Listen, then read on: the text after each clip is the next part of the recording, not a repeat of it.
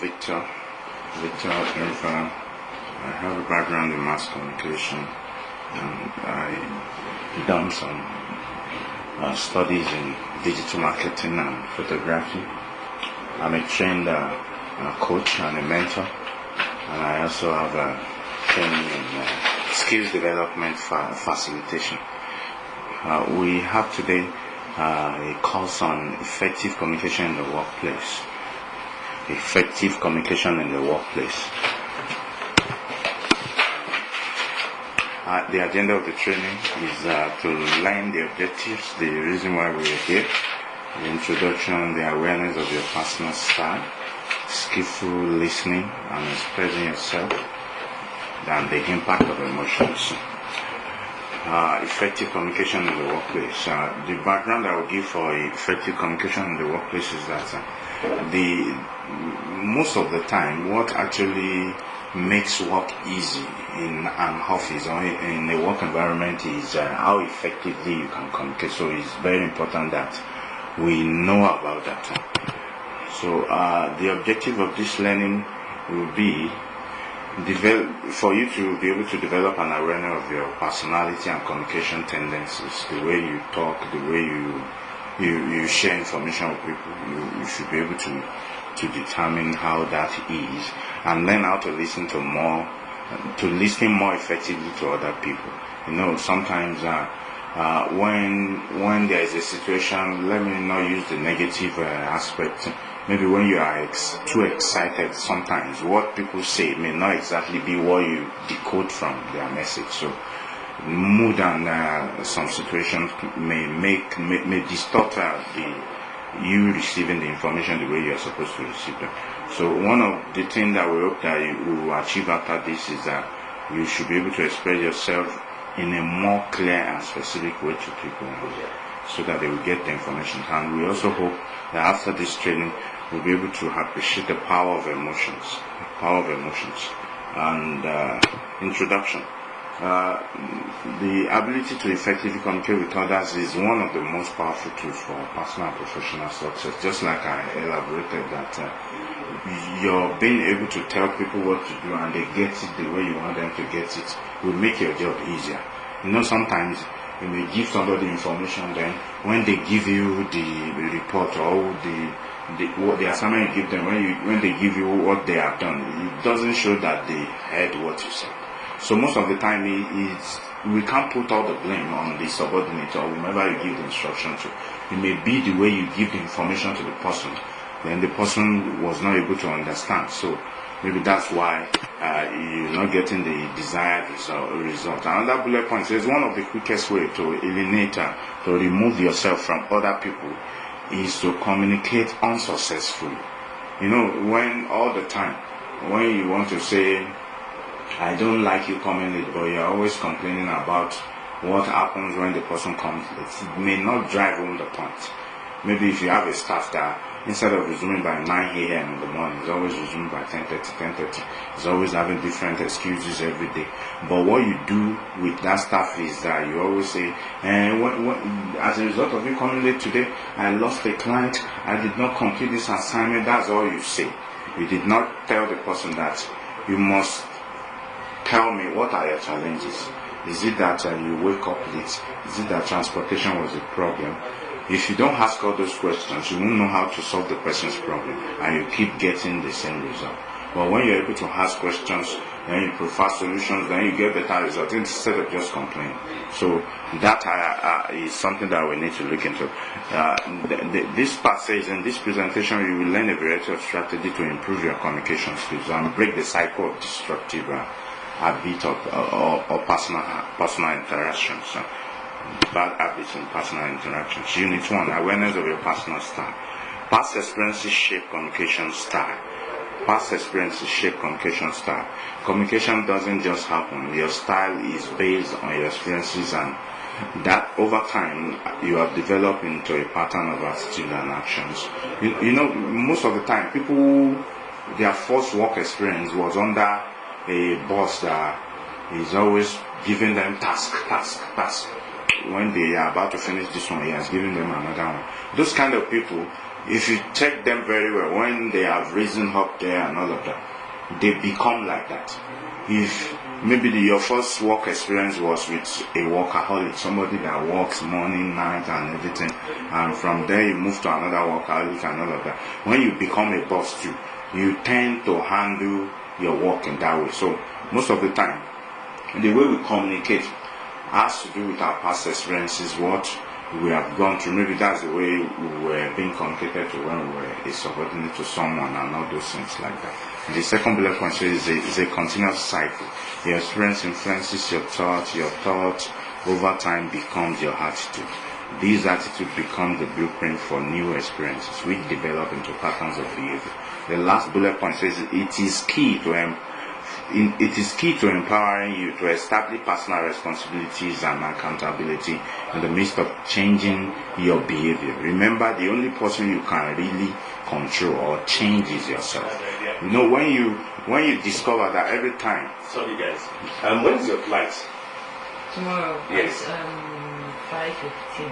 So when do you want to leave? We want to leave here by 12. By 12. Do you have a lot of load? And a lot of VAT to pay?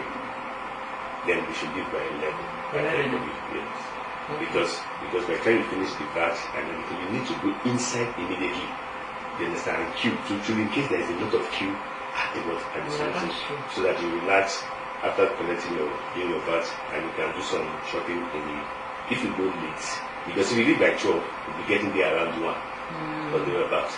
So you only have 4 hours, and that 4 hours will not be late. But even in the VAT to check yourself, if the queue is long, so Elias will come and pick us. He will come and pick me by 10:30. You understand? Then you reach here at 11. To reach your place plus or minus at 11. Please communicate to your colleagues who are asking to communicate us. So what that last bullet point is talking about is that if you see that maybe you've been communicating, you've not been getting results all the time and all of that, that you need to change your style. You need to evaluate that, okay, is it that, most of the time, when we get to the office, we have issues with people getting our information or the way we communicate to them, getting instruction from us, because we've not dealt with the way we are at home. Like when I was very young, I'm this aggressive child. I have this emotion in me that I want to get everything done fast and all those things like that. So it affects the way I communicate. And when you communicate aggressively to people, they tend to be defensive. They are not even listening to what you're saying. They just want to give it to you back. So you may not be able to communicate effectively if you don't really check yourself and see, okay, do I communicate too aggressively with people? Maybe that's why they don't even listen. They are ready to fight me back, or they are just looking like, why is this one talking this way? So you need to check all those things, and after checking it, then you'll be able to know, okay, what is the best way for me to get the right desired results. Because as a manager, as someone who has other people under you need to talk, you need to give instruction to people all the time. And just giving instruction is not enough, but getting the result that you want from the instruction, because you can't do everything, obviously, that's why you have them. So you must be able to use them to achieve your goals. And one of the ways you can use your staffs to achieve your goals is talking to them and giving them instruction in the best way possible. You can't actually communicate with everybody the same way. There are some people, you sit down with them and you say it one by one. There are some people, immediately you say, get me a report for last month. They already know what you want. But some people, you have to tell them that the report for last month that I made is the one that I did, that I gave to you and all those things. So you need to just be able to work on that. Communication skills tests. Discover your own level of interpersonal communication skills. This one will be able to go through this activity. What have you learned about yourself based on what you know about yourself? How you have handled similar situations in the past?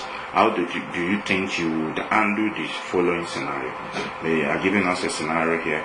They wanted to say how will you best be able to handle it. You have been asked to supervise a project. The success of the project is also dependent upon contributions and feedback of other department groups. The deadline is approaching. the other managers or department groups have largely ignored requests for completion. During managers' meeting, this non-response has been raised as an issue, but your managers has not addressed it, stating that all of the managers are busy and that they will respond as soon as they can. However, when the documentation is not provided to you, it is identified as your deficiency and has been designated as a risk to project completion. The end result is that your project has been identified by senior management as being at risk for completion and as your deficiency. At one meeting, a manager who had ignored requests for information for several weeks complained that you were harassing him. You felt frustrated and close to tears.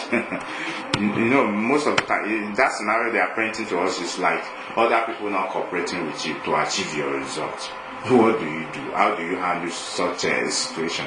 You need to do something, but you need information from different departments. All of you want to go to the National Assembly, you want to be able to monitor the content of these people you are giving licenses. So you now ask, okay, each and every department, from your expertise, you won't be able to know everything because you are in charge of, you said you're in charge of licensing alone. So other people are in charge of other things. And you want to give information to National Assembly. And you need information from technical. That, okay, if you want to license these people, what do you know about the technical side of radio broadcast? Then you want other department to give information, so you put it together, be able to submit your own report because you don't know everything. Then they are delaying, and you must submit by Monday. And this is Friday. Saturday and Sunday is not working day. And that means this is the only day you have them in the office. And you have a briefing by 2 p.m. that come and tell us what you want to submit on Monday. And you are here to get all the information. Even if you won't edit it, you just you put it together with what you have done. It's still not ready. They are not giving you all those things. So how do you handle that kind of a situation? That's what they want us to talk about here. 9 steps to effective listening. Face the speaker. Like when you want to talk to those kind of people. Let's say you now have one of the managers, or maybe one challenge that you're having with them is that your colleagues, maybe you're on the same cadre, you're on the same level, they are heading their department, you are heading your sport, you have a challenge with them. So how do you communicate effectively with them? How do you listen effectively to them so that you'll be able to understand them and be able to get what you want from them? Number 1 says face the speaker and maintain eye contact. Like when I'm training you, I'm not referring to the slides. I need to be able to look at the person I'm speaking with, be attentive yet relaxed. When you are relaxed, you'll be able to listen and be attentive to what the person is saying. Keep an open mind to the speaker's message. Don't try to judge them.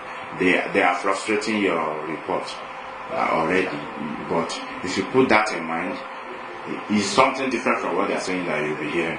Somebody that is owing you a report that is making you look incompetent in front of the line manager, then you are speaking with the person, or the person is sitting before you. Then if you don't keep an open mind, if you don't remove that from your mind that this person is not my enemy, then you may not even hear what they are saying. You just be hearing the negative things, like it's like this one doesn't want to cooperate, he won't still give me. Those are what you will hear. 4 says listen to the words and try to picture what the speaker is saying. Do not interrupt, do not impose your solution. Wait for speaker to pause to ask clarifying questions. Like when the way I'm speaking now, if you want to ask me questions in that kind of a circumstance that you have a challenge with getting something from me, if the way I'm speaking now, you just say, so what are you now saying? Definitely if I'm with a cooperative act before then, I want to say, let her go to her. She's the one that gave the project, and I don't have time to give her what she wants. So if you allow me to speak, maybe when I now pause, then you now ask me the question with a very nice tone. Then maybe even my uncooperative attitude will change. I'll say, okay, let me assist this lady. At least it may be me tomorrow and not do things like that. Give a speaker regular feedback, like summarize, reflect, and the feelings, or simply say, like just to make sure that I'm here in the meeting with you and I'm listening to what you're saying. pay attention to non-verbal cues, like the tone of the voice of the person. Is they are trying to be difficult, you know from the tone of their voice. If they really have a challenge, that's why they are not doing what you want. You know from their face, the tone of their voice, and all those things. Like if you look at it, and the one you get from the way they look or the way they are making the explanations and all of that will determine how you will approach it. If you see that this one doesn't just want to help you, it's not that he has any talent, you'll be able to use moral suasion, try and find ways to get him to help you, and to find out maybe something you have done before is what he or she is reacting to in not being cooperative with you. Barriers to listening. Sometimes some people have a barrier that impedes their listening skills. The awareness of a barrier is the first step in being able to overcome it. If you know that anytime you are under pressure, that you don't hear what people say, it's better you just when they are talking, you just be writing it down. You just be writing it down. So that at the end, even if you are not going to listen, you listen because you want to write, then you'll be able to get all the things they have said. So you need to understand why is it that I don't actually get what people say to me. And when you identify it, you'll be able to develop a way to overcome it. There are too many barriers to listening to people. Active listening means stay active by asking mental questions. Active listening is that, you know, the way we're in this session now. If you want to be actively listening to me throughout this session, that means the way we are going, you should have something to ask me concerning something you've put inside your mind.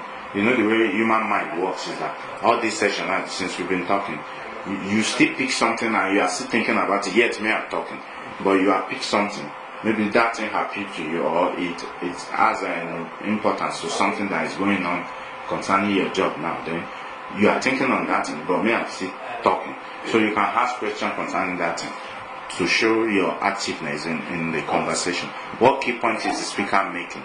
How does this fit with what I know from experience? How can this information benefit me? So all those things are they has to do with your activeness in listening. Looking and acting like a good listener, non-verbal communication. Turn your body and tilt your face towards the speaker. Like if you are in a conversation with such a manager, you are a manager, the person is a manager, but you want something from the person, and you are in a meeting with the person, and when the person is speaking, you now put your head on one side with the hand in your mouth like this. The person will get the message that say whatever you want to say and just give me. So all those kind of a thing, you need to pay attention to it. Acknowledgement. Listen and acknowledge what you hear the speaker saying. So like, if I'm asking, please, am I communicating and all those things like that, then you can say, okay, do I understand you to be saying this? Do I get you when you said this? Is this what you mean? And all those things like that. It shows that we are in this conversation together, that we are actually communicating. So it's reflecting back. When making a statement, paraphrase and reflect back what you've heard the speaker say. Is this example I just gave now. Like the way we're going through this module, you can ask me, okay, is this what you mean by what you just said now? So that's Unit 3 says expressing yourself. How do you put the message out to somebody? Communicating long or emotional messages, that's the first one. It says briefly explain the intention of your conversation. The other person's will attend better if they have a basic understanding of the time and effort they will be bringing to the conversation. Like in journalism now, if I want to come to your office, I want to interview you.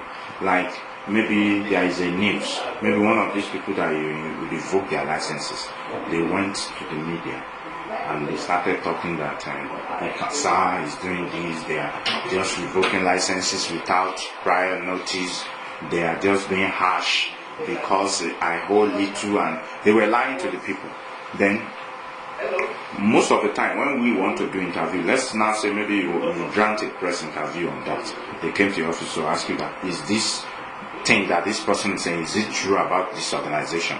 Then you are the person that is to respond. What journalists do that has to do with this kind of a thing concerning communicating your intentions, or making the other party understand is that we say, okay, madam, this is what we want to ask you. Before we start to record at all for journalists, we say, okay, before we begin the interview, these are the questions we will ask you. Anyone you are not comfortable with, tell us so that we will not ask you during our recording and all that. So, as a person who wants to communicate long, maybe you want to address an issue, maybe you are able to eventually get the reports from all the departments, and you are able to present it in the National Assembly on Monday, but you don't want them to frustrate you the way they frustrated you in that process. Then you call the meeting, and that meeting you know is going to be long because you want to address why is it that they are trying to make you fail when they know that you need to do things. Then that meeting will be long because maybe you want to address relationship issues with each and every one of them.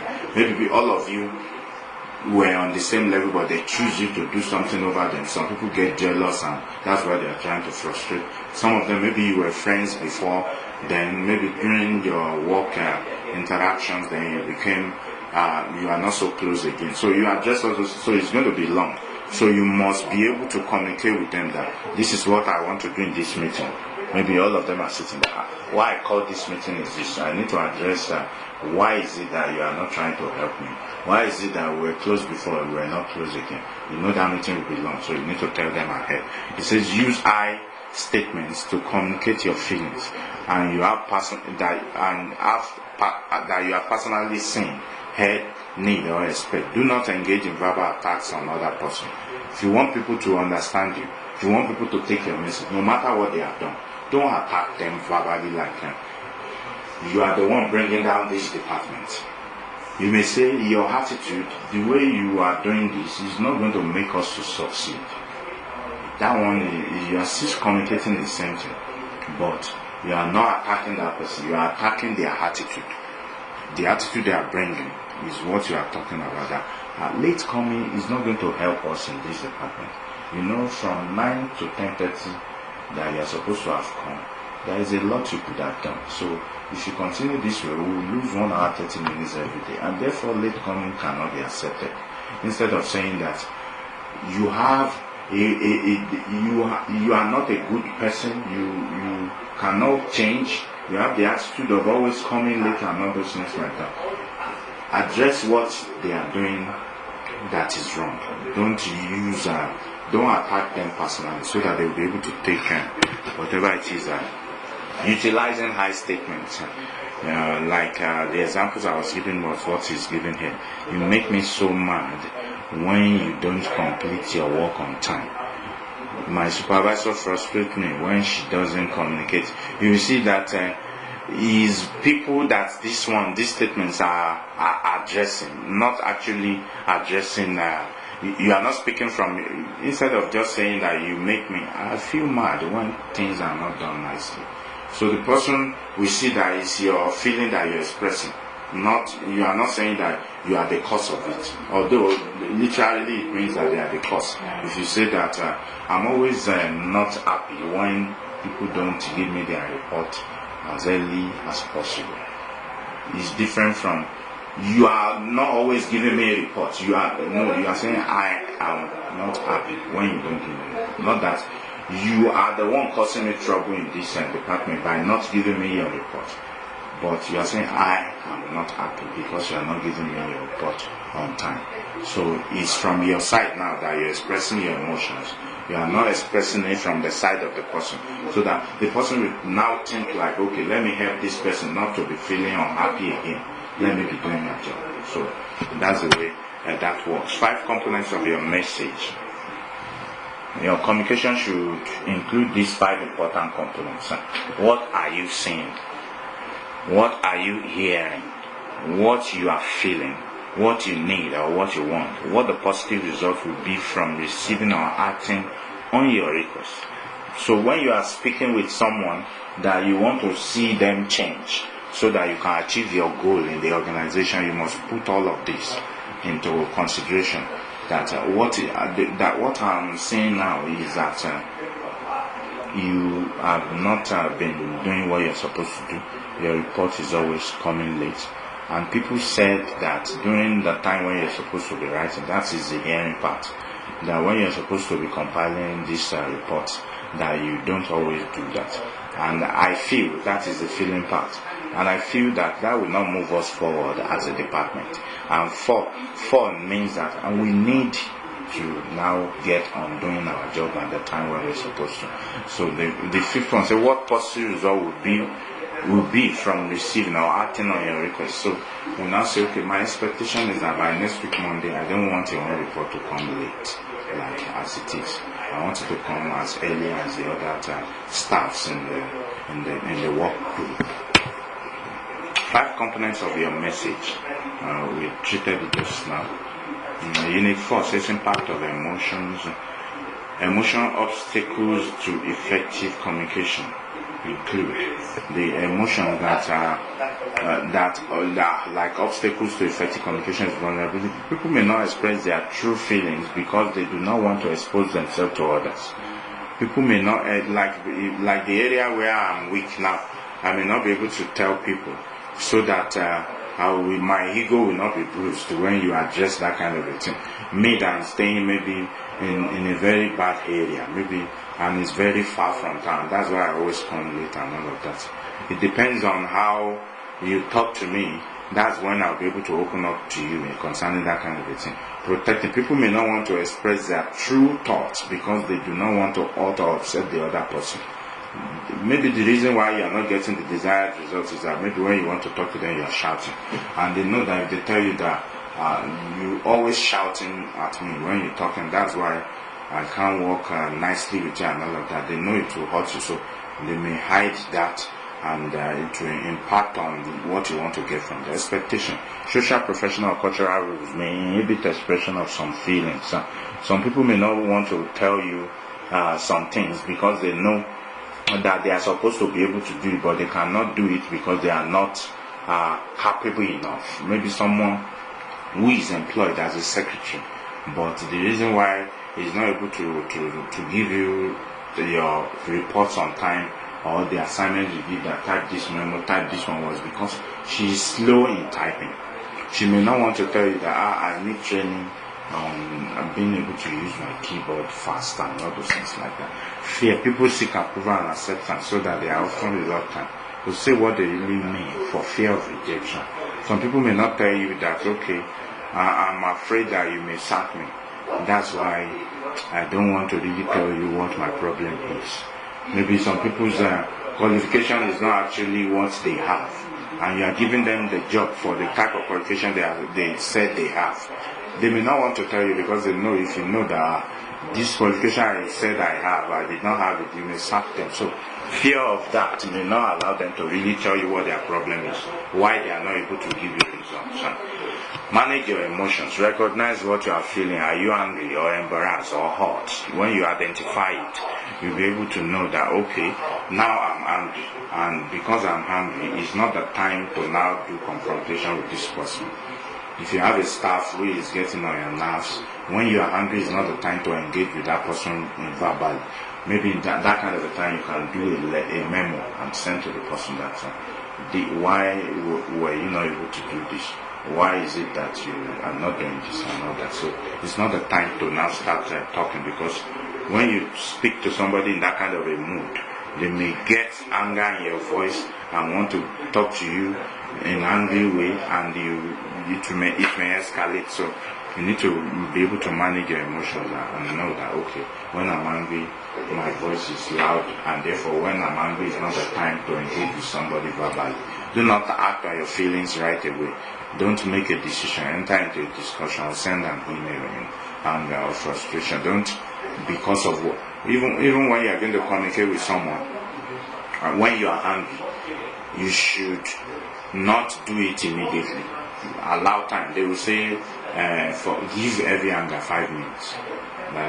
When you know that somebody deserves your anger, that give that person 5 minutes before you now react to it. Delay your reaction. Most of the time it helps when you delay your reaction.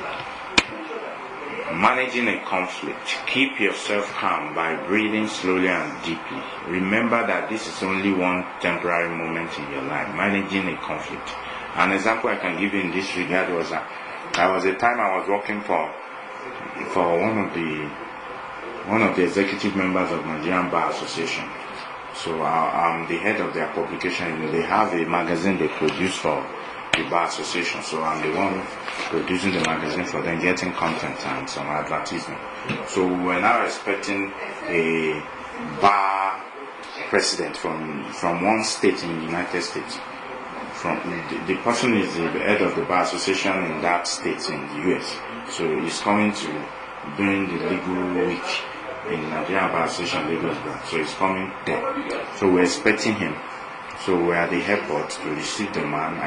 I went there like 12 midnight. I left there like 2 a.m. I went back to the office. I didn't go home that night.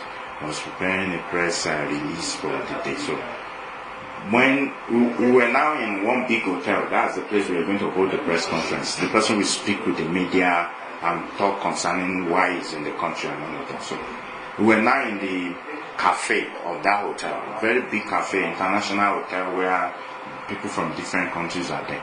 So I was not trying to download the media houses' addresses and their contacts and all that. So it was not coming as fast as it's supposed to. So the lady I was working with, my boss then, she just started shouting inside that place that you are incompetent, you don't know what to do. You was using verbal abuse, like you are crazy, like all those kind of things. I felt like the ground should just open and swallow me. So it's actually something that I had to manage that day. And what I did was I didn't give any response throughout.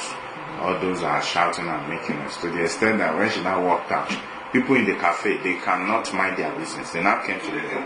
Don't let somebody like this hurt your ego.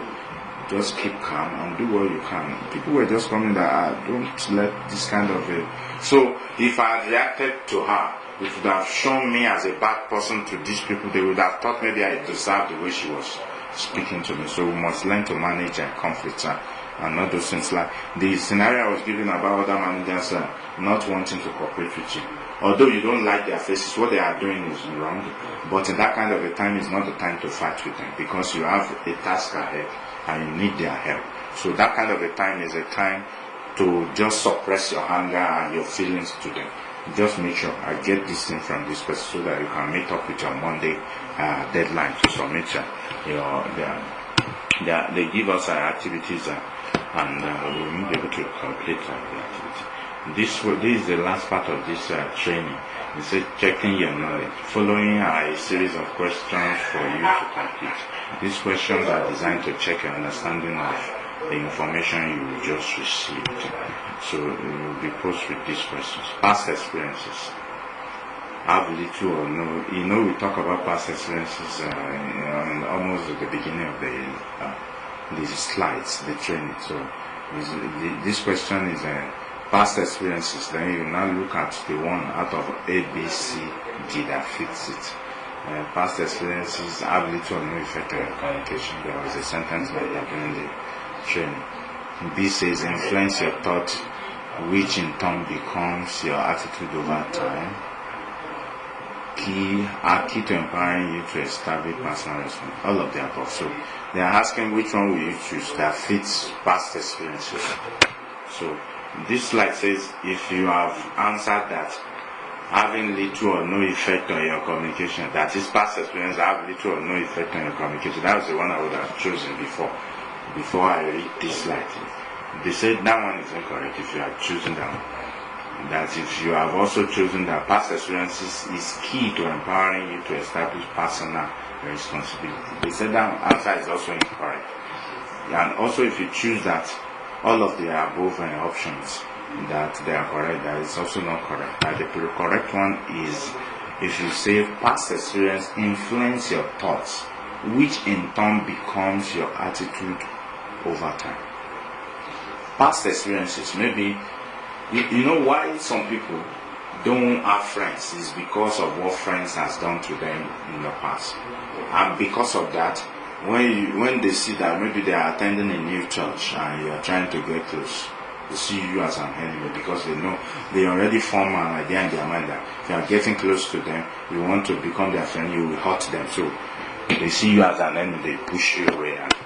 And that's why that one. Then another question says acknowledging what the speaker is saying is valuable because A, it does not mean that you approve or agree with the speaker. That acknowledging what the speaker is saying, it allows the speaker to feel understood. Another option C says acknowledging what the speaker is saying is a defensive posture. And D say all of the above. And another option now says acknowledging what the speaker is saying, it does not mean that you approve or disagree, and it allows the speaker to feel understood. Those two options. But let's check it. If you have answered that it does not mean that you approve or agree with the speaker, is incorrect. If you also have answered that it allows the speaker to feel understood, is incorrect. If you have also answered that it is a defensive posture, that is also incorrect. Or you say all of the above. But if you said it's only A and B, you are correct.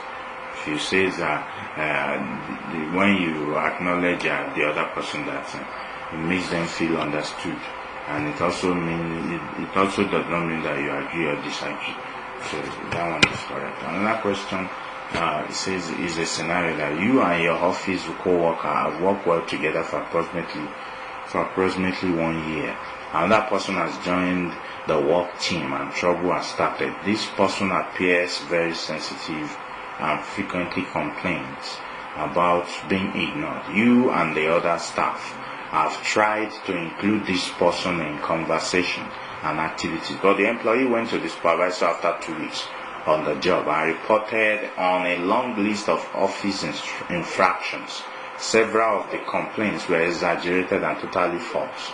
The supervisor held a meeting and firmly stated that the department rules must be followed, that the office was too busy for pettiness, and that future complaints or issues should be settled between the staffs. A preferred way to handle this question would be which of the following. That is, if you have a scenario where you have a staff that you work together, then they bring a new one, and the new one is trying to become a problem.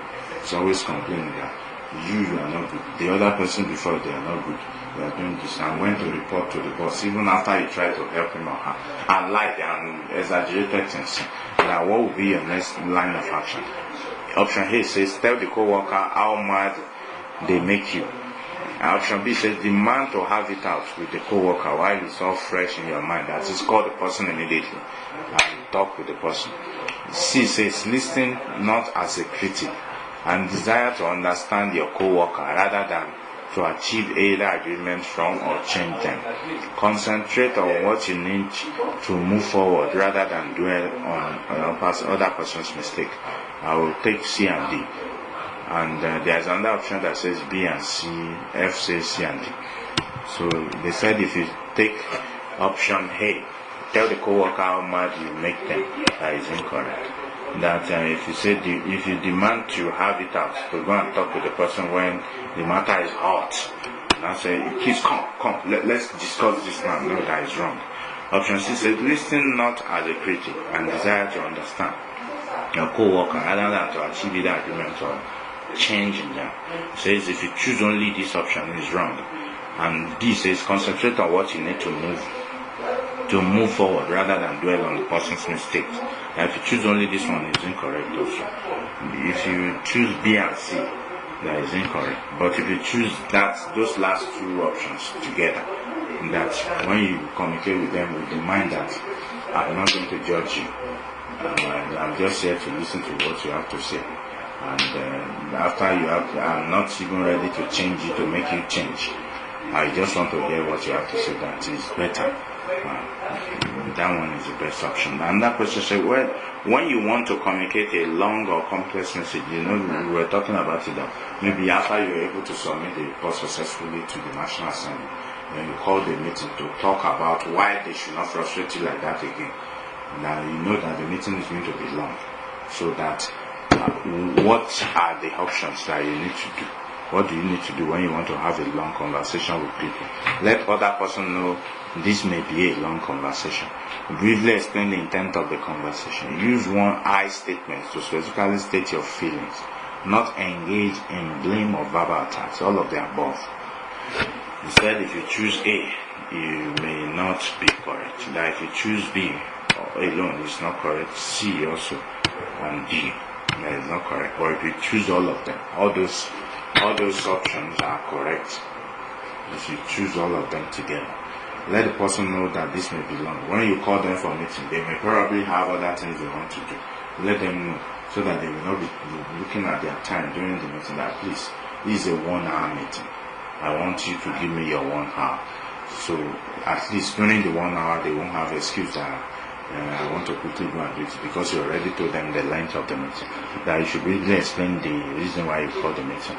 Maybe in the beginning of the meeting. Now I told you that journalists, when they want to do interview, they will first tell you that these are the questions I will be asking you when I on the mic or put the camera up to you and all those things. You should do that also when you want to have a long conversation with people. Let them know that okay, I'm going to be treating these issues in this meeting. These are the agenda of the meeting. I want to know what I've done wrong for you not to want to answer to my request for your report and all those things. And I want you to help me. What have I been doing wrong? I want to address my own your plight concerning in this meeting. So you let them know. And when you're addressing them during the meeting, you use your I words. Instead of saying you do this, you say, I feel this way because of these things that you did to me. So when you start with yourself, the person will not be able to view it negatively. Oh, that is the end. That's the end of this training. We're going to go to the next training. Please, I want you to tell me if you are able to gain something from this, because you're very fast on effective communication in the workplace.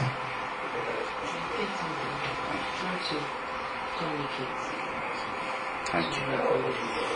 Do you have any questions? Thank you.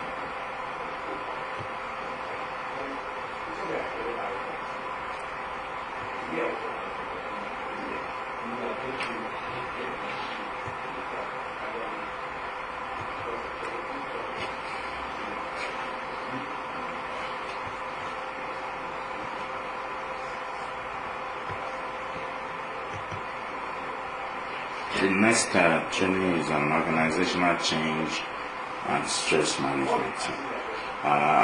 What do you understand by organizational change?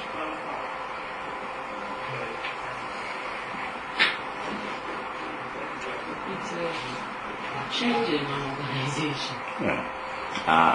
Like maybe I used to work for a trading company here in South Africa, and the company sells hair pieces. Hair? Yes. So, like now I know almost everything about women hair, Really? cosmetics and all of that, because I work. So you know this one? Yeah, that's color 2 or color 4. The color of your hair should be color 4. Is it Yeah, color 4? it's 1B. 1B. Wow. It doesn't look like 1B. It looks like color 2 or color 4.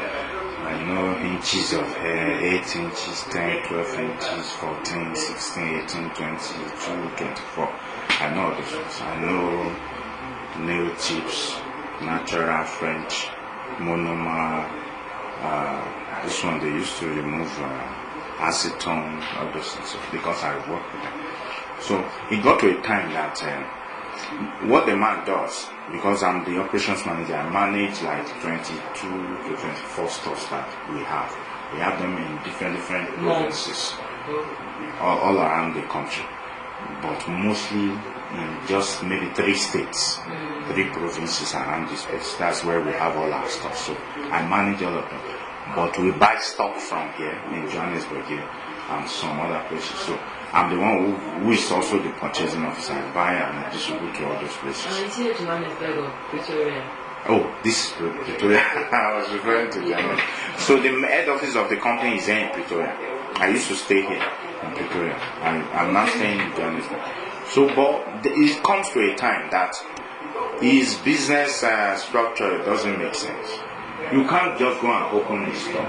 You are paying 4,000 rand as rent in this place. But because you want to do expansion, let everybody know that you have store everywhere. You are not making 4,000 in a month. You are only making profit of 2,000. And the staff there, apart from your rent, will take money. Maybe the staff will take 2,500. You pay electricity for that store. And literally 2 things. And when we want to distribute stock, maybe we bought pieces. We are taking small bits to different stores. Then we need to transport the stock there. Sometimes you meet police on the road, they will take small money from us. Your plate number is spent. They will give you nonsense excuse, or maybe your windscreen is cracked. You pay them. So all those things are costs. So that means that it doesn't make sense. So it comes to a time that we need an organizational change.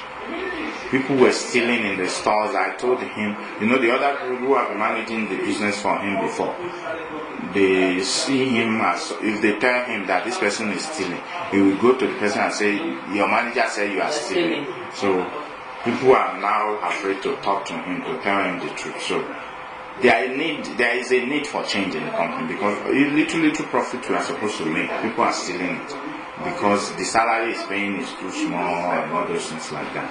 So people who APs that were supposed to sell for like maybe 150 rand, and people will say it's 170, and they will take 20 rand from it. And when customers can buy it 150 somewhere else, they will leave our store and go and buy it because you are adding 20 rand, and the company is not the one adding 20 rand. So there needs to be a change. So I now form the structure of monitoring.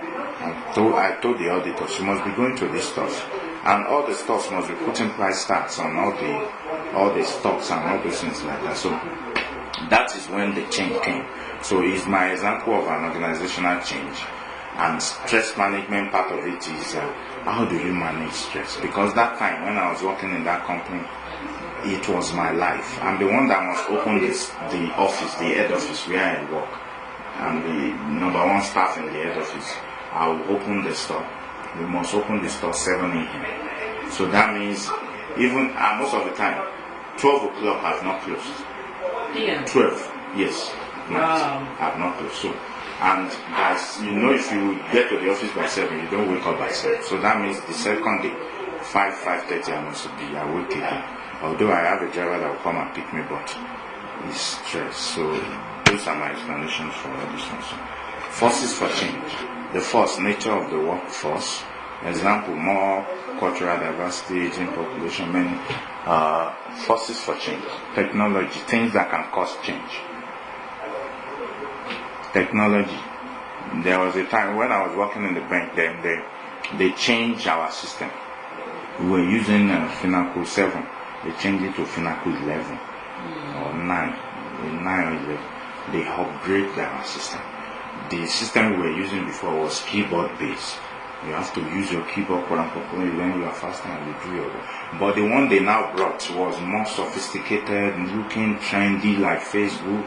You click here. That's the one they now brought for us. So people have problem with it when we just change. So, and the impact on customers, That time I was in customer service, and need to attend to people want to check balance. Ordinary balance, we may take one minute to check balance. And before, I told you that if you want to check balance in the bank, there is ACLI, that's the code. You just press the ACLI in one small box, dialog box, press enter, then if you bring the person's details and balance.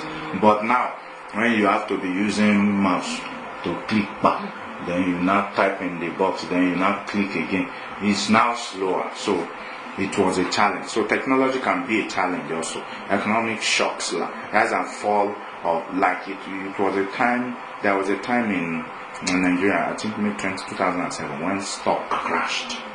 My pastor that time, all his money was in stock, so the man became bankrupt immediately. He has investments in stock, so immediately the stock crashed. The man became a poor man again. The stock company name was? Which one? No, the stock market collapse. No, it's not. Like let's say in the stock, maybe the stock market now, the shares you bought was 45 CDs, maybe 45 CDs per share. You bought one company, maybe one cement company in Ghana. You bought 45 CDs per share. That's when you bought it, and later it grew to 120. Then you now getting dividends every month. You are happy. You increase your share. You were having maybe just 3 units. So what did your pastor do? He now venture into real estate. He rose up again because he's still working, and then he has other investments, small investments. So he now knew that this one I cannot put all my money in it. So he now started buying lands and houses. So now, even if lands and houses are not working, he diversified his investment. He's not putting his money in one place anymore because of what happened. Competition, global competition, those are the things, the forces that can cause you to change. You know, with that company I told you that I was working, I was their operations manager, buying stock and all of that. One of the reasons why we need change was that people were now able to sell cheaper than us, and we were the cheapest before in all our stores. If you go there, we sell cheap because we buy big, so we are able to buy cheaper and sell cheaper to people. But because our staffs are still, we were not able to meet up again. We were now selling the same price, not unofficially. We were selling the same price with others. So people now have options of going to other places. So we were losing sales and losing clients. So that was the reason why we needed that change. We were not making money anymore. To pay salary was now becoming a problem. So that those are things causes change, the need for change. So those are the forces for change. Social trends, internet chat rooms. It got to a state that even as we are selling hairpieces and all of that, we have to be doing social media. We now engage one guy that was now helping us to put new hairpiece on Facebook. You know, maybe it got to in South Africa this weather that determines what type of hair that people do. Like now that is summer, people don't do long hair. You know, you won't feel comfortable if your hair is long now. But when it's very cold, you look for something full, very full that will cover your hair. So people, because of the weather. So people will do all these style that is curls during that time. They do long ones and all those things. People, because of the weather sometimes, because people don't open their body, ladies don't open their body during winter, so they just do braids, those small hairpieces, cheaper ones. That's the one they buy them. So we will concentrate on that. So during winter, there is a change in the pattern of what we buy because the weather has changed. What the people will ask from us is different. People don't do nails too much during winter. It's cold, they are wearing gloves, so they don't need nails. So we reduce buying of nails product, so we don't buy much. But during summer, people want to show, so they do nice hair, so we buy nails product because we know they will do nails. We know they will do the eyelashes and the rest of it. So those are the reasons why we make changes. There are so many things that can be a force for change. There may be a political change in the country. You know, I told you that probably why the contract of that health institution was terminated in the case scenario I used yesterday was that maybe because the government, the party that was ruling before changed, and the new one feel like maybe it was the other party that gave the contract and they terminated. I was just speculating. It's not actually the truth. I don't know the truth. So those are the forces for change, things that can be a catalyst for change, that can make change to happen. Those are the different ones that we have. Managing planned change. Like I said in our company that we discovered that we were no more making profit then. We need a change. So the auditors that were sitting in the office before, we now did a roster with the names and the locations of all our stores, and we now gave it to them that all of you on Monday you will be going to this town, and you must catch them unaware. Before they open, you are already standing in front of the store and waiting. So you make a report for us. You write the staff arrive at 7:30. Our opening time is 7:30, so that means the staff is on time. So if the staff is not on time, you note it in your report. If you did not see price tag on all our products, then you know that maybe probably this staff is hiking prices. She's adding her own to the thing. So those are, if you plan a change, if you want to make a change, you need to plan. You need to plan it if it's an intentional change, making things different. Then we started buying that price tag. Anyone would get to their store, irrespective we saw them stealing or we did not see them, but you don't have price tag. We already sanctioned that we give them a query immediately, because that means they want to steal. We don't know what their intention is for not putting the price for customers to see, but we give them query immediately. Planned change. activities that are intentional and goal-oriented. Plan change are the intentional efforts that you make for people to change in an organization. Let's now say, like let's say in your department now, you have somebody that is always coming late and it's affecting your work and you can't continue. There are these machines that are everywhere, time machines. Then maybe you buy it, you install it on the system. Then people will be putting their fingerprints, clocking. Okay, I came at 9. So what you do, you are not fighting them. You've given them memo, they are not changing. Okay, no problem. Then you divide their salary per day. How many hours are you working in the office? Maybe 6 hours a day. That's when you work. Then you put the clock machine. If you come on time, anytime you come, then you see maybe this person was late for 1 hour. Then you calculate 1 hour from the salary you are removing. You see they will come early. They will know that, okay, if my coming late is going to affect my salary, then this lady doesn't need to beg me again. So the plan you have made is to buy that time machine. The time you did not do time machine, you are only using register. Then you call them, you talk. Why are you late today? My wife was sick. My baby was feeling hot. They called me for parent meeting association, something. You were busy wasting your time that time. But now that you put machine there, you are not even going to anything. You just bring the machine at night, download all the time on your system and make a report. Then you give it to accounts department that this is how many hours that people work this week. Calculate anyone that deserves full payment, give them. Anyone that deserves overtime, give them. You won't make it as if you are attacking anybody. Even the one that can work extra, you are going to give them the money. But the people who are disturbing you in your department will be affected automatically and there will be a change. So there is a planned change. Change agents, person who act as catalyst or assume the responsibility for making or managing the change activity. In this case that I'm citing, you are the one because you are the one affected. You are the one who initiated to go and bring a time machine to make sure that there is a change in the organization so that you'll be able to work better. Resistance to change, form of resistance to change. One of the things that happened, although this may not be applied to this teaching, but in that my office where I was working before, that place I said I was the operation manager and all of those. Can you believe that there was now a time I was not having spiritual attacks from people in the office? The herpes. Yes, because they were thinking like, why we've always been doing this? Nobody is questioning us. Nobody is saying we must lose price tag. We are making our money from this and the salary is not much. Why would this guy come and change everything and all this? So to the extent that in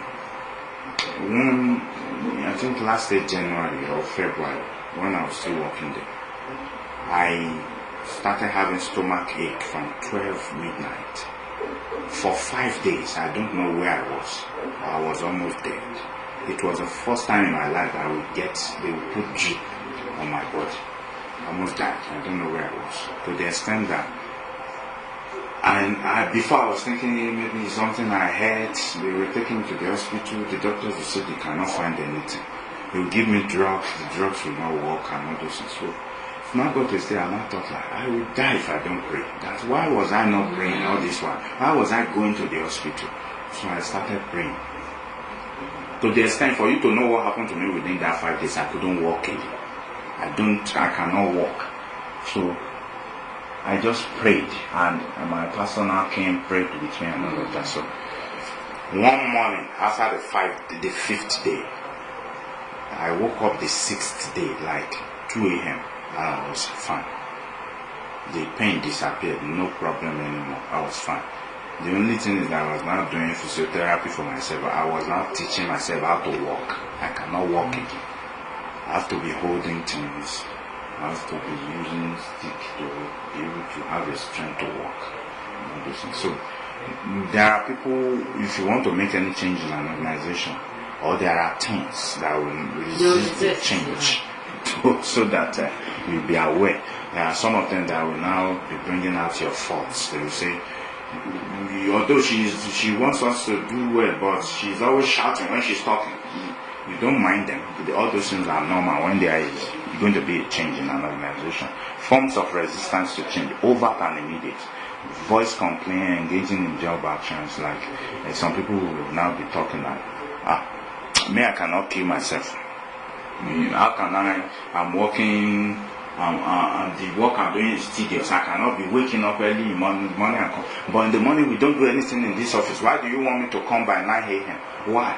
I can only make it by 10:30. But the person's employment letter, he or she signed that he will make it by that time. They will even say, I can work under pressure during the interview, I can do this one. But when it has to do with following through with what they have promised the organization, they now start to give excuses. So those are the kind of things you should expect when you want to make a change in your organization. Implicit and deferred. Implicit, loss of employee loyalty and motivation, increased errors or mistakes, increased absenteeism. Like, I told you that during that time when I was working in the bank, then they introduced a new system, a software for us to work with now. It leads to some of our staffs, they were not able to cope. Some of them had to resign because of this little thing, and they cannot cope with. Because our customers, the First Bank of Nigeria PLC is the biggest bank in Nigeria, and the customers we have are small customers, like somebody who wants to come and pay. I don't know the value of CDs now. Maybe 10 CDs. You want to put it in their account. They are our customers. Not somebody who is bringing millions, good businesses. That's the kind of bank I want. Somebody that they paid in 1,000 CDs, then he wants to come and check the balance. They are the people that will be on your queue for inquiries. Some people will even come. There's no money in their account, but they come every day to check balance. At least, this is my account number, I think you check my balance. No money today. Yeah, you will still come tomorrow to check your balance. And there's no money inside the account. So when the system change came, the system is now slower. We are not able to quickly cope. Although we've done simulations, they teach us training for months, but it's not like when you are really using the system. So we had some issues and all those things like that. There were errors. You know that one that we're using mouse to click. Sometimes you would have clicked post for wrong amounts because it's slow and it's always hanging like Facebook. It's not like a system that you can. So those are the challenges we have. But these ones they are not like the human type of issues and challenges. Source of individual resistance to change. Where the resistance to change comes from, what informs it, is selective information processing. Some people, when you are telling them that henceforth we will be having trainings every morning, and therefore 9 o'clock is not even enough, you must come 1 hour earlier before we resume to attend to clients. That before we open this office, that clients will come, we want to be having a meeting, a training session every Monday morning. So that means every Monday morning everybody has to wake earlier and come so that they will be assembled in the office 8 o'clock. Then you do training till 9 when you open to the customers. You will see that people will start complaining. Like in that company, we introduce training also. We have our trainings Tuesday, every Tuesday. So we introduce it that let's be training, because my experience from the bank, we always have a day of training during the week. So I felt like this organization, people can benefit from this if we introduce it. So people, some of them started complaining about that also. They're training too? Yes. Wow. They don't like to train. So habits, some people, they always go everywhere late. Why? They don't always wake up early. So that may be a resistance to coming 8 o'clock, 1 hour earlier on Monday morning. So those are the reasons. Security issues. Some people, they cannot leave early from the kind of area they are staying because they will attack them and take their bags on the way. Fear of the unknown. Some people will just be afraid that this one they are saying that we'll have new manager. I hope the person will not sack me. I hope this person will not reduce my salary. They don't know what is going to happen, but they already have fears. Economic factors. Maybe some of them, they will be afraid that it may not even be fear. Maybe when they come early, they will pay more for their transportation. If they had waited for the normal time to go to work, they have somebody they have an arrangement or somebody they go with. But because they have to come early, they have to take public transport and they will pay more. So economic reason, there is an individual resistance, a source of individual resistance to change. Then people will now be thinking, why is it this lady that made me to now be waking up early and miss my free transportation and have to use my money every Monday now? So that means I will now those money I'm paying on Monday, that I will not be waiting for the person that usually help me with transport. It will now increase my expenses in the month, and it's this lady that is costing me. So they will say, I don't want this lady as my boss. I want her to go. So those are some of the reasons why some people will just not want the change that you are trying to introduce in the organization to them, because they feel like, okay, this one, the change you are introducing is making me to spend more.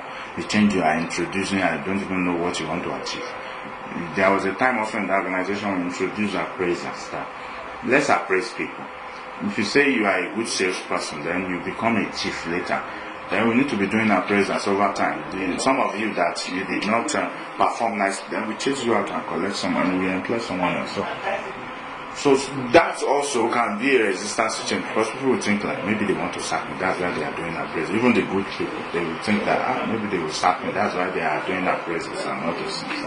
Source of organization resistance to change, like why will a company not want to change? Threat to establish resource allocation, like a company that want to rebrand. Now, rebranding most of the time will cost you money. So some company will not want to do rebranding because of the money that is going to cost them. They will change their logo, they will change the font of their letter, all the letterheads, depending on how big that company. Like in First Bank, it comes a time in First Bank of Nigeria PLC that the rebranding was to be done. And what it means is that we have to change all the letterheads and come and see stationaries in First Bank. The stationery of First Bank is like a big company. And that means we have to change all the stationaries in the bank. So that is not easy. It's not because like I'm working in customer service. People come to us and say, okay, we want letter introduction to the embassy. Like if you have an account with a bank, you have the right to that. So but if you do that letter, if you print that letter for them on the whole letterhead, if you take it to the embassy, some of the embassy will say no. No, you print it on the new logo, new letterhead. They will say this is not First Bank. They come and see First Bank. They will not show you another letter from the bank with the old letterhead. So organizations sometimes will think our customers will be afraid. They will think it will cost us money. Let's maintain. Let's keep this one like that. System change that we have to change software. Most staff says they don't want it, but that thing is very good for the bank as a whole, because there are so many reports that new software generates by itself that we don't need to do it ourselves. Like how many deposits in a branch every month, that new software, it generates it. And before, we used to do it manually. Some reports, that's why you see bankers at the end of the month, they are not happy. The report they will compile is too much. So those are the reasons for why company may not want to change sometimes. We need to move faster. Overcoming resistance to change. During that time when First Bank was going to change the software, then we now started having trainings. Some trainings we have. Most of the trainings, maybe we always open to customers by 7 a.m. So 8 a.m. So we'll come by 7. We'll start training. We'll train us. They will do simulations. The way that software is, you will have it on your system. So you actually work on it, but it's not actually checking any human being balance. It's a simulated thing. So they put fake customers, fake balance, but you'll be able to work as if you are working on it. So they are teaching us how it's going to be when we eventually will be using the software. They show us the logo during the branding also. This is your new logo, this is how to look and all this. So when you want to overcome resistance to change, you need to educate people. Tell them, this is why we are doing this. It's for our own good. The reason why I'm putting clock machines, I don't want you to be paid so that your salary will not be clocked up. I want us to achieve more as a department. If we achieve more, I intend to submit a proposal that they need to buy us a staff bus in this department. But if you are always coming late, they will say, your staffs are coming late, why must we buy you a bus? Why must we increase your team salary? So when you educate them that, okay, why we need to achieve that, I have target as your manager, and if I don't meet my target, I won't have mouths to say increase the staff salary. So when you educate them, the reason why if you are rebranding, First Bank had to rebrand because people associate that brand with old people. It's a hold bank. So the young people, they go to other banks to bank because they see this is what. So First Bank saw that, okay, we are losing young people as clients. So they said, let's do something that looks nice. Let the elephant make some trendy, nice moves. Let the color look like trendy color and all those things. So after they did it, actually, young people started opening an account. We go to schools. First Bank now started going to higher institutions. Before, they just said that we are a big bank. Don't need your money. But now, they now started looking for money. Going to, we now start seeing staff on the street looking for accounts. We now introduce different types. So you need to educate participation. You need to let everybody participate. You need to. The bank will usually have this mind that your manager will motivate you. That when you get home, you motivate people also. So you need people's participation, facilitation, and support. You need to do something like make a slide. Now I told you that we'll do trainings. Then you'll be trained on how the new software will work and all those things like that. You don't just bring the change, then you put people in. Before you start using the time machine, teach people how it will work, what is the implication and all those things, so that they will be ready. Not that they will just sit on one Monday morning that they need to clock in. And you know that machine, you need to register people's fingerprints on it. So during the process of registering them, training them, they are already aware that this is going to happen. Then you select one of them to monitor the machine. So everybody is participating. You select another one to download the report every day. Then you select another one to be the one to compile and take it to account. So everybody is involved in the negotiation. Try to see, if we will be deducting 100 rand for 1 hour, do you accept it? And they will say, no, it's too much. We can't. They'll say, don't deduct it, but you will say, no, we must deduct. And they will now say, let's now be taking 30 rand. So they are involved in all, you negotiated with them and you are working together. Manipulation and co-optation. Like some of them who doesn't want to cooperate with you. Use some, as a manager, you know how to manipulate them and say, okay, this is the reason. So those are just this ones. Politics of change. The impetus for change is likely to come from outside change agents. You can use other people. The politics means trying to use the mechanism to just achieve your aim. Internal change agents are most threatened by their loss of status in the organization. Long-time power holders tend to implement only incremental change. People who have been long in the organization, they might want to be a problem to you, so you need to carry them along also when you want to do it. Maybe they are the one you first go and meet that this is what I want to do. I need your support. I want you to be the one to tell people that this is what we are doing. So the 3 steps is Lewin's 3-step change model. Unfreezing. Change efforts to overcome the pressure of both individual resistance and group conformity. Refreezing is stabilizing a change intervention by balancing and driving and restraining forces. Unfreezing means introducing it. Change efforts to overcome the pressure of both individual resistance and group conformity. Unfreezing is making sure that this change that we want to introduce into this organization was achieved, that you are able to bring it to people and you will achieve what you want to do. Refreezing is to make sure that people don't, after a while, they are no more, you not throw away the machine. And then people are now starting to come late again. Let that change be stable. Let it be there, that we have achieved this one. Let it be a standard. Don't let anything happen that you will now relapse to the old ways that things used to be. Forces that direct behavior away from the status quo. Driving force, like you now make a slogan that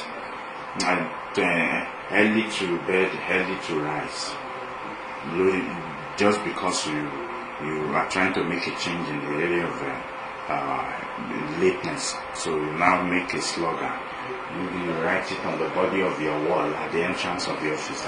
Early to bed, early to rise, so that people will keep it in their mind. Then things will be done to make sure that the change you have is sustained. Restraining forces.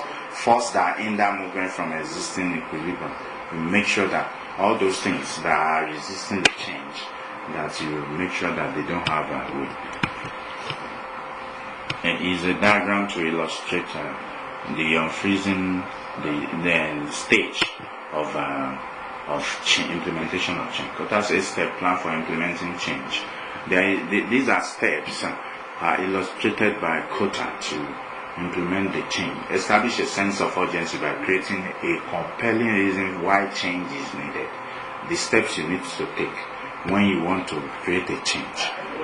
Maybe you are in a department and the revenue you are getting is low and low and low. So you need to use that opportunity to tell them, we are not making money in this department. We are just being sustained by the money being made in other departments. And hence we need to change because they want to scrap us and give our job to other people. So you must establish, and the rest of the stages. I want us to move fast so that we'll be able to finish by 11. Action research. Action research is the process based on systematic data collection, then selection of change action based on what you. I said that the health ombudsman compiled a report and make recommendations so that nonsense that happened, that people died, will not happen again. So that research that he did is the action research to show that okay, these are what you need to do so that we'll be able to achieve it. Organizational development, a collection of planned intervention built on humanistic democratic values that seek to improve organizational effectiveness and employee well-being. That is, when you want to make changes, you also need to look at changes that, all this change that I'm talking about has to do with making your organization better. Things are getting better. Employees too are getting better condition. When they are coming early, then you take their case to the management. My staffs need more increment in their salary. So the change is for the company and also for the people working in the company. If the productivity increase, profit increase, then the compensation package also can be increased. Organizational development, sensitivity to training. I said that training is very important when you're trying to make a change. One of the techniques for organizational development is sensitivity training. I said that when we want to introduce that, and they want to introduce that software in the bank, we have to go under different trainings. There was a training to even tell us that this is good that we introduce it. They tell us so many advantages of the software. You see that they told me, that's why I'm telling you, that they said it compiles reports by itself. You don't have to go to so. We learned all that through the training that we introduced in order for us to develop the organization. Survey feedback approach. So they also did that in the bank also because we were giving forms to fill after the software was launched. That does it make the work better? We said it's too slow. We gave our complaints. They brought the Indian people that did the software. So they made their changes and it's now faster. After a while, we were now used to it and we were now happy with it because it was giving us more than what the old one was giving to us. In this one that I'm talking about, when you open it once, you don't only see balance. You see everything about the customer, including his address, his telephone number, his picture, everything will come once. And before, if you open the customer's balance, you only see the balance. If you want to open picture, you now do, I think, F9. You use F9, then the picture will come out. So if you use F11, maybe the loan details will come out to us. But this one, this new software, everything comes out once. So it has its advantages, and we're able to know. So we gave that process consultation during the process of the change. Then I told you that we now told them that it's too slow, so they were able to improve on it. Organizational development, team building. I told you that we built teams towards making it a reality.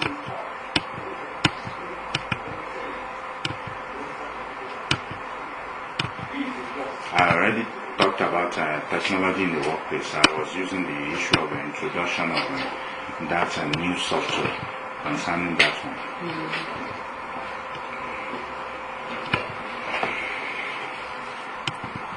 So, I told you that we introduce a training every Monday morning. So, if you want a change in your organization also, you can introduce a learning process in that organization to be able to drive home your changes. Because during that Monday morning training, you can actually communicate the way you want things to be done. You can give feedback to your staffs and be able to have an avenue to reach them. through that. So each and every department needs to be able to do that. Too much work, too little time. Which company downsizing workers, those who remain find jobs and demanding increasing amount of time and energy. We are now talking about work stress. Work stress and its management. Stress, a dynamic condition in which an individual is confronted with an opportunity. Most of the time, work stress comes from when you are even promoted. It's when they promote you that they will now say, okay, you must go to South Africa, go and do this training. You go to the United States tomorrow, go and do that training. If you are still staying on the same position, maybe the training you've had is enough for you. But because they want to promote you, they want you to be able to handle that next level. They'll be sending you training all over the world, and so that you be competent and all those things. And it becomes a stress sometimes because maybe your plans are different. Now you are not with your husband, you are not with your children, and all those things like that. And maybe when you resume at work, they will now give you another responsibility because they know that you have certificate in this one. You have certificate in this, you should be able to handle this. Then it becomes stress. So those are work stress. Maybe you need to now stay up late because there is now a new report you must give every day, so you can't go home the same time. So those are work stress. Work stress and its management. Demand the loss of something desired. Demands the loss of something desired. Maybe the time after work that you used to do small shopping for the children, you will now be using it to compile reports. You still stay at work during that time, and the children will start missing all those little things that mommy used to bring after work and all those things. So resources mean things within an individual's control that can be used to cope with the demands. You have staffs in your demand, at your disposal. So use them when you have work stress. Share it to other people, to call a meeting. I have all this work. You go and do this, you go and do this, you go and do this. At least when you are now left with one, you'll be able to tackle it instead of being faced with 10 things. So one of the way to manage stress also is for you to be able to use the resources that is at your hand. And most of the time they are human beings. Those resources, they may be the staffs in your department that can help you to achieve some of those goals. So, potential source of stress. Economic uncertainty of business cycles. You can be stressed when you are not meeting your target on a monthly basis. Political uncertainties of political system. Maybe you in your organization, you are a marketing company, but you are having a contract from the state government, and the election is next year. Somehow, maybe, and they are the biggest clients that you have. You are afraid that when another party wins, you may not be able to get that work again because they may have their own people that they work with. Technological uncertainties of technical innovations. Now, I was saying the challenge that we had with the new software. Another environmental factor is the terrorism. There was a time that when Boko Haram was bombing in Nigeria, all the banks have to introduce this scan because they may come and throw bombs in the banks and all those things, because they were doing it in our branches in the north. They were killing people. So we have to now watch anybody that is carrying a bag, they drop it. The security will quickly tell them, take it outside and all those things like that. Potential source of stress, organization factor, tax demands. You are promoted now, you need to do 10 reports instead of the 2 that you used to do. Potential source of stress, individual factors, maybe family and personal relationships. You are promoted, you have more responsibility, and maybe not that time is now the time you give birth. You have a new baby to nurse, then you are now promoted in the office. It's a stress because the work of caring for children is a job on its own. So now you are now promoted, you have more responsibilities, then you now have another personal responsibility. So it's a stress. So maybe you now have an aged mother or father that is now staying with you, then you need to go the extra. So it may be a source of stress to you. Consequences of stress. High levels of stress, physiological symptoms, the ones that people can see. Maybe you are not able not to make your hair nice anymore, you are not doing your pedicure, manicure anymore, and all those things. Psychological effects. Some people kill themselves. In this country, it's very common. Because somebody has challenges, work stress, home stress, they will commit suicide. They are killing themselves in this country. Some people just hang themselves, some will jump from a height. jump will kill themselves. So that one may be a psychological effect. Some people they will now have depression, behavioral symptoms. Some people will start shouting in the office because the stress is too much. They cannot control their angers anymore. Those may be managing stress. Individual approaches, implementing time management. If you know that you have a lot to do now, then you need to have a calendar. You can't leave things to chance anymore.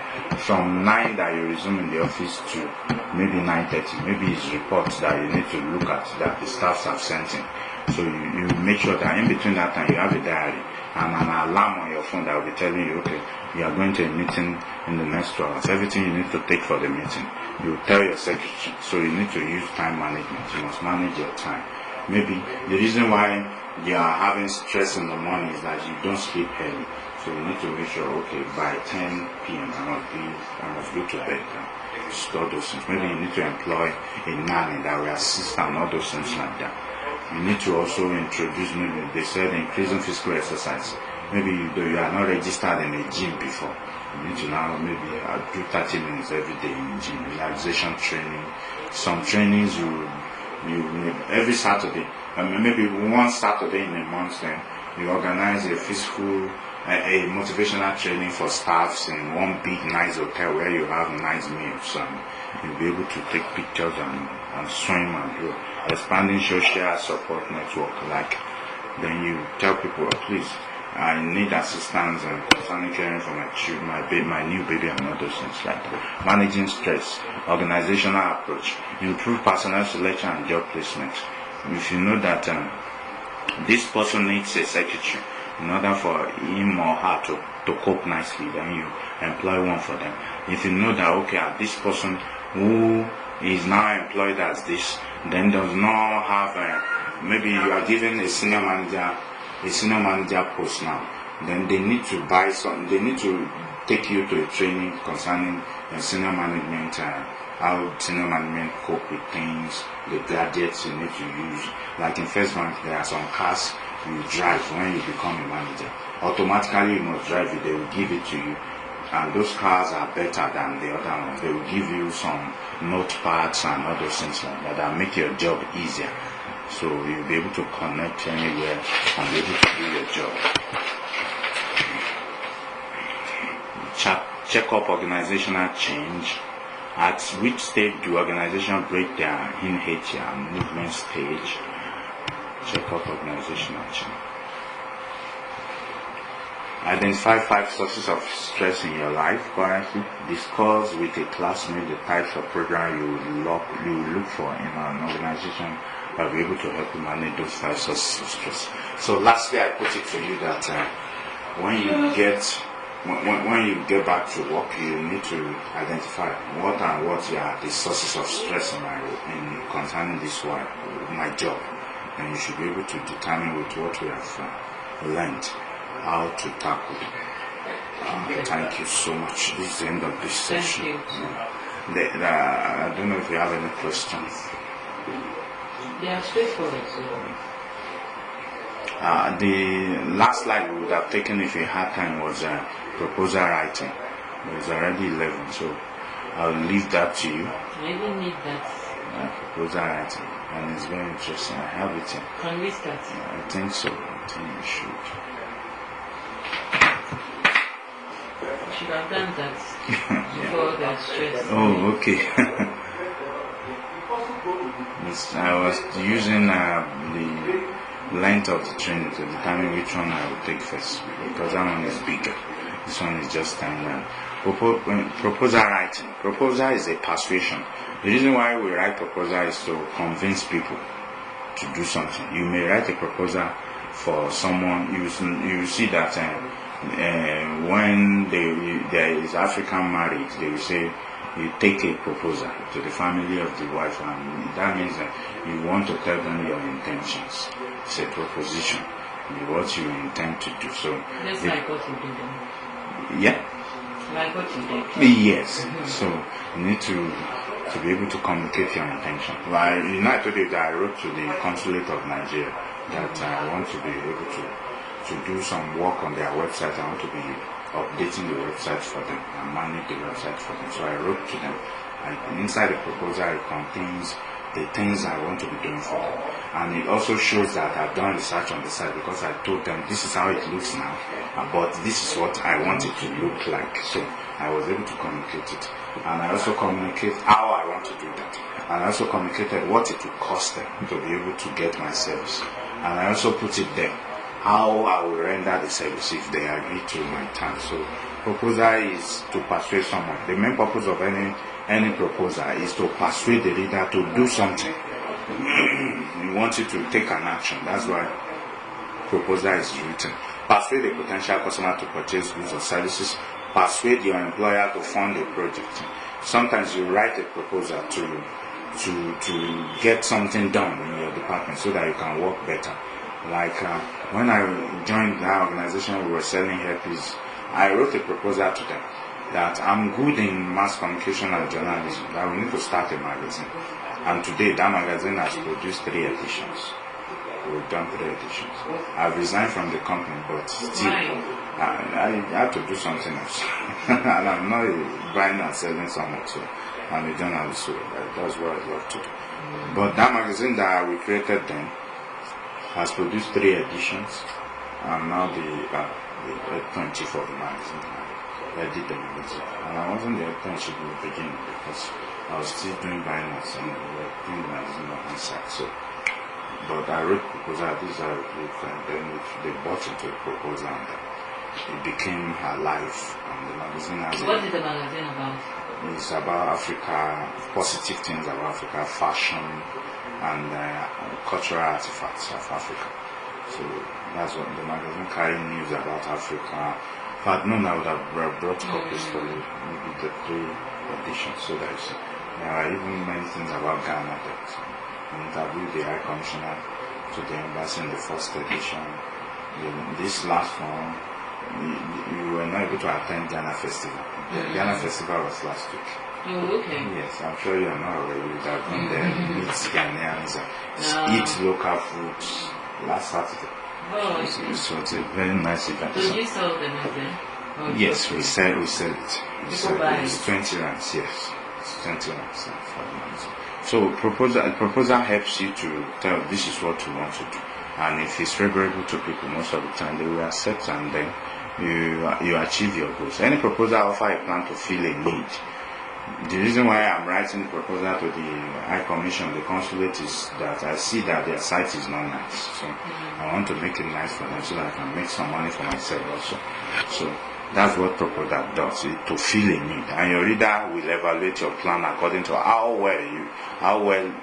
well written your presentations are, the answers to the questions about what do you want to achieve from this proposal, how, what are your plans. Those are the things I said I wrote in the proposal. When, what time frame. I told them I will be putting 2 news story every week, one on Monday and one on Wednesdays.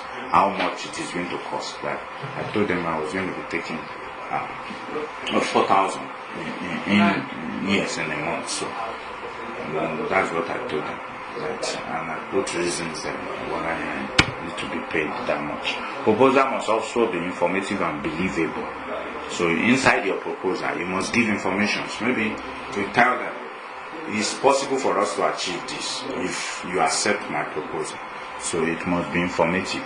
Build your case by demonstration of logic in the approach taken. I was telling you that if you now want to be able to... Do I have this on the pen drive? Yes, it's there. Oh, okay. Yes, it's there. I told you that if you want to be able to regulate people's licenses in radio broadcasting, that you can write a proposal to the National Assembly. Since your organization is established by the Act of the Constitution, and tell them. So inside that written document to them, tell them facts of why you think you should be the one regulating their activities. Evidence should be given in descending order of importance.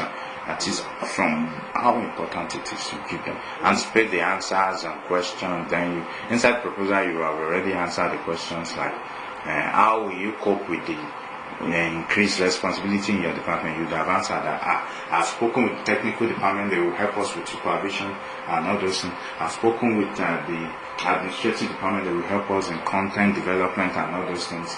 So you give them answers to what you think their questions may be already in the proposal. So it is important that the writer also consider all sides of the argument, providing there may be alternative solution to the problem. So inside the proposal, maybe there might be other solutions. You talk about that. You can also offer that if that's what they want, or you talk about so that they know that you know your audience. Who are you writing to? I said if you are writing to the parliament, to lawmakers, you need to make many copies of what you are writing, and you need to know where do you start from. Is it your Excellency, the Senate President, or the House of President? Can I get a sample of any proposal you have?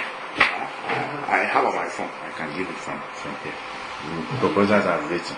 Can you put them on the pen right? Yes, I can. Let me give you the pen. Basic composition of proposal. A proposal must have a beginning. That's the different way. The way it's written.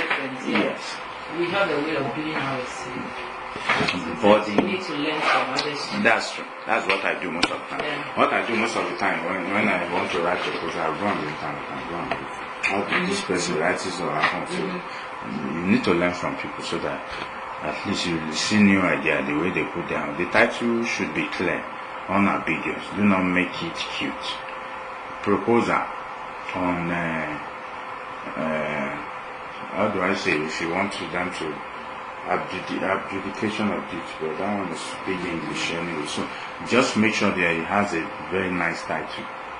ICT, an example here, ICT and Youth Entrepreneurship Development, Wealth and Job Creation through Mobile App Development. It's a very nice title. Before you even read it, you know that this person may want to ask for support concerning development of applications, apps that can create jobs for the young people. So you already know from that title. Project overview. What are the details of this project that we are trying to do? The project overview is an executive summary. In that document you are asking for, we'll put it. I'm sure you must have sent it to my phone now. Be specific and concise. Don't say what you don't need to say. And make sure that the information is full at the same time. Don't give out information because you don't want to say too much. Do not go into details on aspects of your proposal that are further clarified at a later point in your proposal. That is, don't make repetitions. If you know that there will still be a stage where you talk about the technical department, don't start talking about it in the introduction because you will deal with it later in the proposal.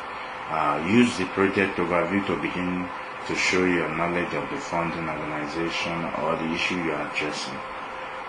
If you will be collaborating with other organizations, make sure some of their interests are also highlighted. That is what that organization do. You may not be into the app development proper. Maybe you want to give the job of developing the application to an IT solution company. So you tell them, I'm the owner of this idea, this is what I want to do, but this is the company that will help me to do it. And this is what I want to pay them. And this is their interest. So you need to communicate that also. This can assist in strengthening the collaboration by recognizing them at the very beginning of your proposal. The best time to prepare the project overview is after you have completed the entire proposal. That is, after you've done all the proposal, that's when you now start putting the project overview together. Background information, statement of the problem. Think of this section as a review of relevant literature. Those things you use in the process of writing the proposal. And then this is where you review them. Background, continues on this page. Format of the proposal, front matter, letter of transmitter, title page, project summary. These are a format for writing those big proposals. It may be academic in nature, these ones, but if you are just writing those small proposals like request for something or extension of something, then you don't need to follow this process. Introduction, the body, the conclusion, recommendation, back matter, bibliography, qualifications, that is the information about the writer, the budget, appendices. These are the... Which one is the front matter, please? Go back again. The transmitter, title page, project summary. Most of the time, if you are writing all those academic and maybe big project proposals, like you writing to the government, you want to dualize this road that goes to this place. You need to start this way. The letter of transmitter is the cover letter that goes with the proposal that says, okay, we are writing a proposal to you from the Department of Works to the state government, and this is what we want to do. That's the transmitter letter that you used to. And the title page would be that, we said development of youth development through the creation of chemical hub or something like that. That would maybe the title. Project summary, those are the abstract that you write. That would be the body of the letter. No, it's not. The project summary would be like before the introduction. It's a little thing that captures everything that you want. Can that be an executive summary as well? It's like the executive summary. All these three things, the front matter is like the executive summary. Those three things, it's like because it contains everything in a nutshell. It contains everything in a nutshell.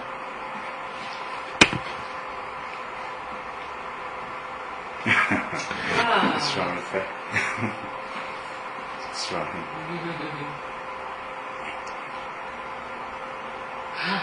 Thank you too. Welcome. It was nice meeting you guys. Yeah. Wow. Thank you so much. Do you have any question? No. Can I get a sample of the reports writing? Yes. A sample and then the proposal. I think the sample is inside already. Is there? Yes, it's in there. Really? Yes, it is there. So it is left the proposal.